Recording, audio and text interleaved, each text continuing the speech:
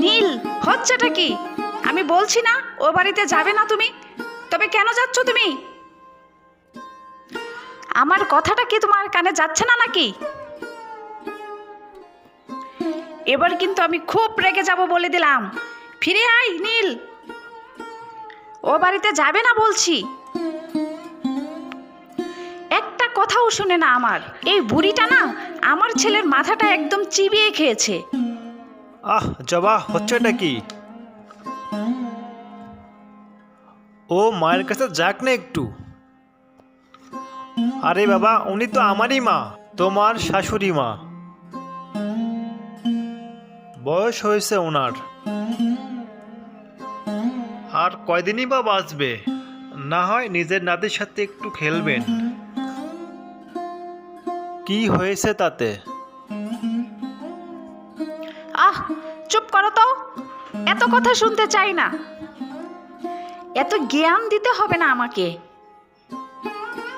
বুড়িকে 4 বেলা খেতে দাও, 2 বেলা ও বাড়িতে দেখতে যাও। উফ, আর ভালো লাগে না। সারাদিন কাজ করতে করতে একটু বসতেও পারি না। যত সব আপদ জুটেছে। 2 দিন হয়ে গেল, শরীরটা খুব খারাপ লাগছে। একটিবারের জন্য দাদু ভাইকে দেখতে পেলাম না। কিছুতেই ঘর থেকেও বের হতে পারছি না। ঠিক মতো হাঁটতেও পারছি না।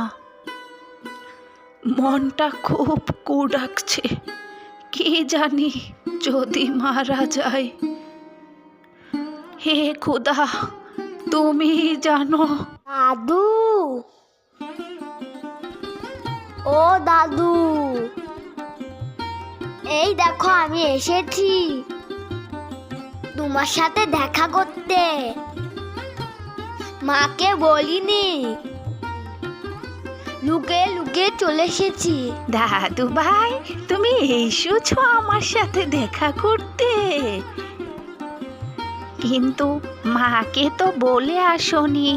মা তো তোমার উপর ভীষণ রাগ করবে। যা করার করুক।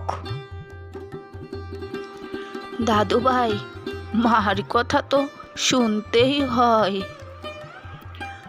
মা যা বলে সব ভালোর জন্যই বলে। মাকে একদম ভালো লাগে না আমার। সব সময় আমাকে বকে, আমাকে মারে। তুমি কত ভালো। না দাদু ভাই, মার নামে এভাবে উল্টাপাল্টা বলতে নেই। দাদু ভাই, উনি তোমার মা হন। কিন্তু আমাকে তোমার কাছে কিছুতে আসতে দেয় না। মা রেগে আছেন হয়তো, তাই এসব কথা বলেছে।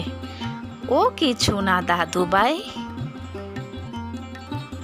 তুমি সব সময় মার কথা শুনবে, কেমন আমার সোনাটা? ঠিক আছে দাদু, আর কখনো উল্টা পাল্টা বলবো না।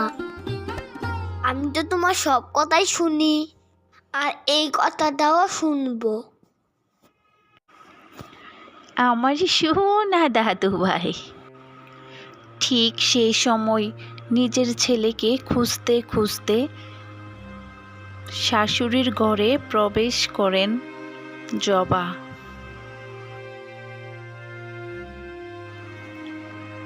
দুষ্ট পাজি, আমি জানতাম তুই এখানেই এসেছিস। আর এই যে আপনি মা, আমাকে কি কখনোই আপনি শান্তিতে থাকতে দেবেন না নাকি? আমার ছেলেটাকে আশকারা দিয়ে দিয়ে মাথায় তুলে ফেলেছেন একদম। আমার কোনো কথাই শুনতে চাই না। আপনার ইচ্ছাটা কি বলুন তো আমাকে? আমি তো একদমই শান্তি পাচ্ছি না আপনার যন্ত্রণায়।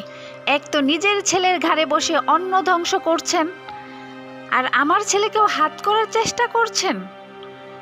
কান খুলে শুনে রাখুন, কখনোই আমি বেঁচে থাকতে এটা হতে দেব না। আমার ছেলে কখনোই আর আপনার কাছে আসবে না। এখানে তুই কেন এসেছিস রাখবে আমাকে না না, বলে? ছাড়ো বল আমাকে। বল কেন এসেছিস? এখানে তুই মেরো কেন না এসেছিস মা, আমাকে রাখো না না, বলে? বৌমা, বল না। বল কেন দাদুমাকে এসেছিস? মেরো না। দাও। দাদুভাইকে মেরো না তুমি, ও অনেক ব্যথা পাচ্ছে।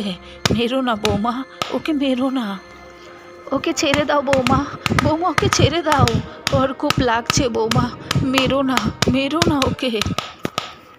তাছাড়া আমি বৃদ্ধ মানুষ, আজ আছি তো কাল নেই, ঠিক মতো চোখেও দেখতে পারছি না। শরীরটা দুদিন ধরে খুব খারাপ, বিছানা থেকে নড়তেও পারছি না। তোমার কাছ থেকে তোমার ছেলেকে কেন কেড়ে নিতে যাব বৌমা? একবার তো কবরে চলেই গেছে আমার। শুনুন মা, আপনার ওসব মিষ্টি কথাই না আমি ভুলবো না, বুঝেছেন? এই সমস্ত কথাই আপনার ছেলে বলতে পারে, কিন্তু আমি না। এরপরে আমি দেখছি নীল কিভাবে আপনার বাসায় আসে। হে খুদা, উঠিয়ে নাও আমাকে, আমি যে আর সইতে পারছি না। আমার জন্য আমার ছেলের সংসারে এত অশান্তি হচ্ছে। খুদা উঠিয়ে নাও আমাকে। নিজের ছেলেটাও আমার ঘরে ঢুকে না। ভেবেছিলাম নাতিটার মুখের দিকে তাকিয়ে অন্তত হাসি মুখে বেঁচে থাকবো। সেই ইচ্ছেটাও আর পূরণ হলো না। জবা আজ আমার নাতিটাকেও কেড়ে নিয়ে গেল। আমার আর বাঁচার ইচ্ছা করে না খোদা। নিজের জীবনের এই অবস্থা দেখে বৃদ্ধ মা কেঁদেই চলেছেন। আজ মনটা একদম ভালো লাগছে না। বড্ড মায়ের কথা মনে পড়ছে। অনেক দিন তো হয়ে গেল মায়ের সাথে দেখা করতে যাইনি। না হয় মায়ের সাথে চুপি চুপি দেখা করে আসব।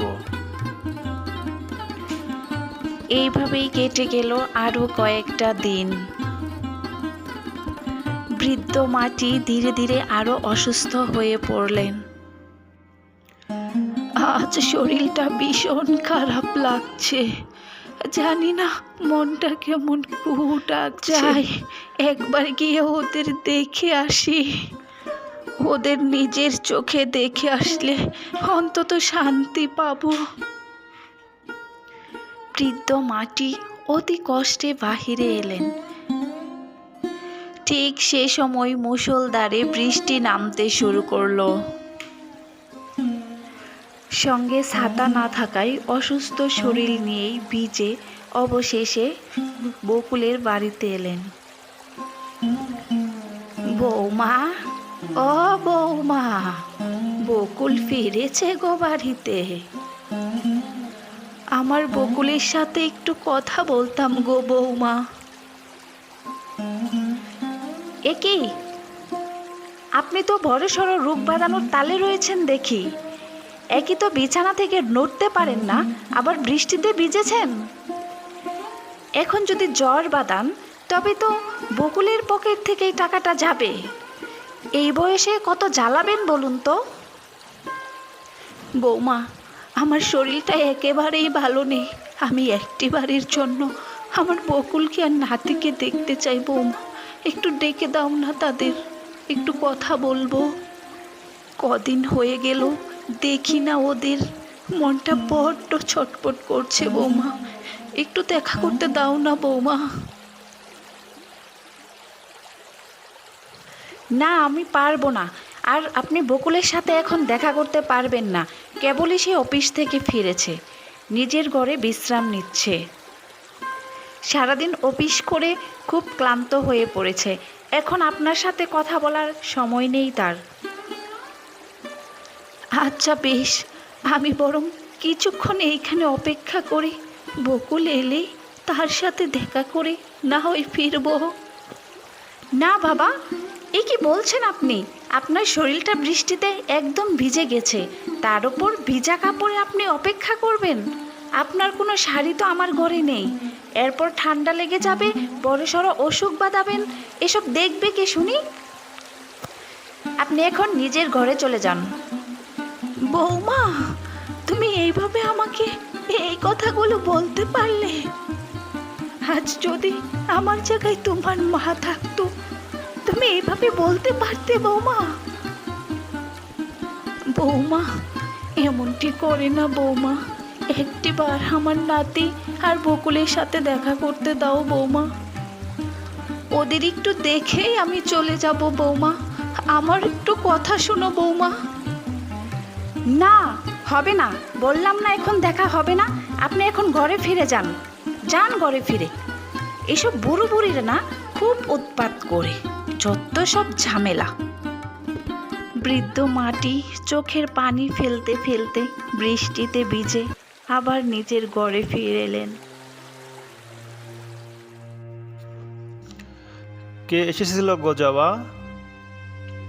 কে আবার আসবে? তোমার মা এসেছিল, কথা নেই বার্তা নেই, বৃষ্টিতে ভিজে চলে এসেছে। বলছে তোমাদের সাথে নাকি দেখা করবে। আমি না বলে দিয়েছি, আজকে দেখা হবে না। বুড়ো বয়সে ঢং দেখাতে এসেছে। জবা, এসব কি বলছো তুমি? মায়ের শরীরটা খুব অসুস্থ, উনি তোমারও মা, তুমি ওনার সন্তান সম। আমি এখনই মায়ের কাছে যাব। না বকুল, তুমি যাবে না, কারণ আমি তোমার মাকে না বলে দিয়েছি।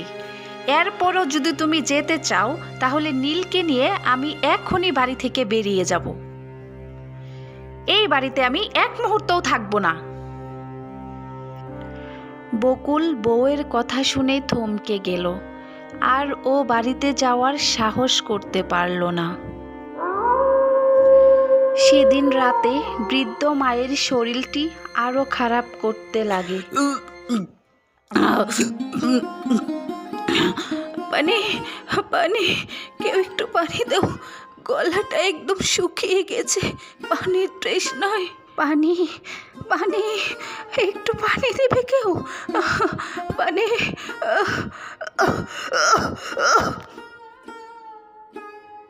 কেউ একটু পানি দিবে? খুব কষ্ট হচ্ছে আমার।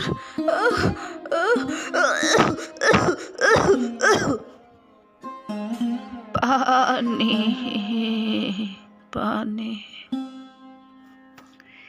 এভাবেই বৃদ্ধ মায়ের প্রাণটি বেরিয়ে গেল। সকলের অগোচরে পরলোক গমন করেন তিনি। তবে যাওয়ার আগে একটি চিঠিতে কয়েকটি কথা লিখে যান তিনি। অবশেষে রাত কেটে ভোর হলো। আমি আজকে যাবই। আজকে আমার মন কেমন করছে, খালি মনে হচ্ছে মা আমাকে ডাকছে। মাকে আমি দেখবই। মা, মাগো, এই দেখো আমি এসেছি। চোখটা খুলো মা। মায়ের শরীরটা যখন স্পর্শ করলো, চমকে উঠল বকুল। সে দেখে তার শরীরটা খুব ঠান্ডা হয়ে গিয়েছে। নাকের কাছে হাত নিয়ে দেখে শ্বাসও পড়ছে না।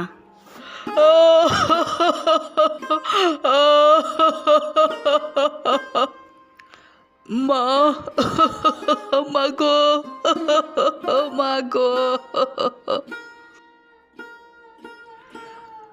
হা হুতাশ করে কাঁদতে লাগলো বকুল। হঠাৎ দেখতে পেল বকুল তার মায়ের মৃত দেহটির পাশে একটি চিঠি লেখা রয়েছে। চিঠিটি হাতে তুলে নিল বকুল এবং পড়তে লাগলো। আমি চলে যাচ্ছি বাবা। আমার যে আর বেশি সময় নেই তা নিজের অবস্থা দেখেই বুঝতে পারছি। তোদের দেখতে খুব ইচ্ছে করছিল আমার, কিন্তু দুর্ভাগ্যবশত আর দেখা হলো না। বাবা বকুল, বৌমাকে ভুল বুঝিস না বাবা। তোরা মিলেমিশে একসাথে থাকবি সব সময়। আমি সব সময় চেয়েছি তোরা ভালো থাক। আমার দাদু ভাইয়ের প্রতি খুব খেয়াল রাখিস। ছোট্ট দাদু ভাইয়ের মুখখানা আমার চোখের সামনে বারবার ভেসে উঠছে। বিদায় বেলা দেখতে পেলাম না। আমার দাদু ভাইকে কখনো কষ্ট দিবি না তোরা। নিজের এবং পরিবারের খেয়াল রাখিস বকুল। কারো বাবা মা চিরকাল বেঁচে থাকে না বাবা। আমার চলে যাওয়া নিয়ে কষ্ট পাস না বকুল। আমার দোয়া সব সময় তোদের সাথেই থাকবে বাবা। খেয়াল রাখিস নিজের, ভালো থাকিস তোরা। ইতি তোর মা। চিঠিটি পড়তে পড়তে বকুল কান্নায় ভেঙে পড়ল এবং অস্থির হয়ে গেল মাকে হারানোর যন্ত্রণায়। শেষ বেলায় মায়ের সাথে দেখা না হওয়ার আফসোস করতে লাগলো খুব। যে চলে যায় সে আর কোনোদিন ফিরে আসে না।